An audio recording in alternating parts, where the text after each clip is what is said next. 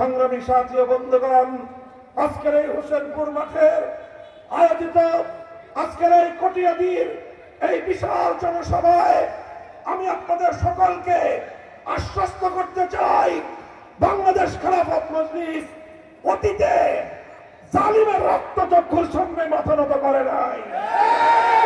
আমরা বছরের পর বছর জালিমের জিন্দানখানায় বন্দী ছিলাম, কারাগারের অন্ধকার প্রকোষ্ঠকে আমরা নির্বাচন করেছিলাম, কিন্তু দেশ, জাতি এবং ইসলামের প্রশ্নে আমরা আপোষ করি নাই।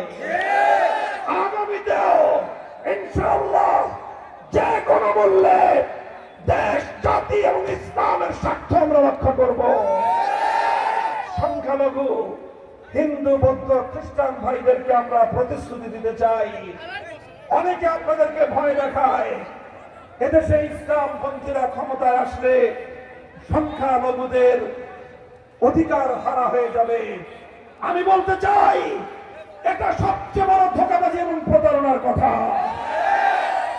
দায়িত্ব নিয়ে বলতে চাই, ইসলামপন্থীরা বাংলার ক্ষমতার মসনদে আসীন হতে পারলে বাংলাদেশের 54 বছরে সংখ্যালঘুদেরকে যারা নির্যাতন করেছে, তাদের অধিকার যারা হরণ করেছে, পাই পাই করে তাদেরকে উদ্ধার করে দেওয়া হবে ইনশাআল্লাহ।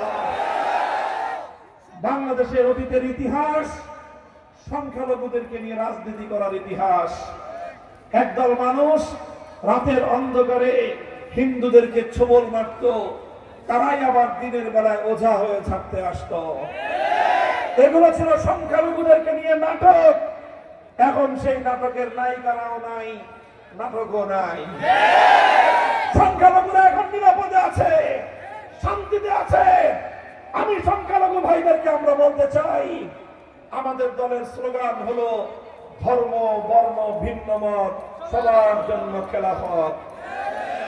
ধর্ম, বর্ণ, ভিন্ন মত, ধর্ম, বর্ণ, ভিন্ন মত খেলাফত শুধু মুসলমানের জন্য নয়।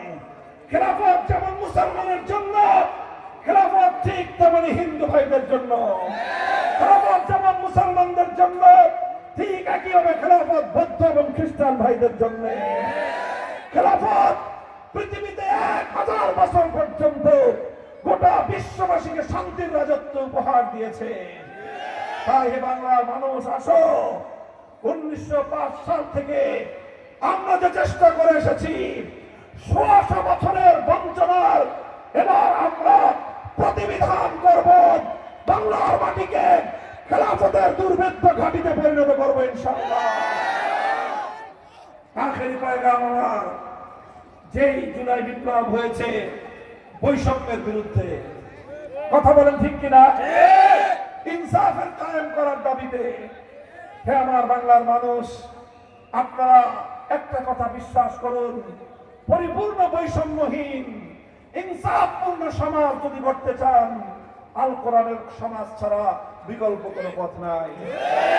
আসুন আমরা আপনাদেরকে আহ্বান জানাই, অনেক রঙের বাংলাদেশ আপনারা দেখেছেন, সবুজ বাংলাদেশ দেখেছেন, নতুন বাংলাদেশ দেখেছেন, সোনার বাংলাদেশ দেখেছেন, ডিজিটাল বাংলাদেশ দেখেছেন।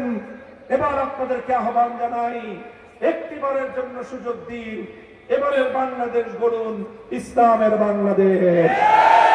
রাজি আছেন তো ইনশাআল্লাহ? নাসরুম মিনাল্লাহি ওয়া ফাতহুন করিব। ওয়া আখিরু দাওয়ানা